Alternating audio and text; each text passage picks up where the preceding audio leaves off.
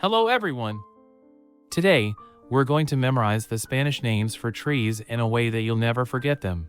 I've prepared 12 trees for you with names that are nothing like their English counterparts. Roble, cerezo, manzano. The link to this exercise will be in the video description. First, try to memorize these names. Then, check if you've really remembered them in the Learn to Speak section.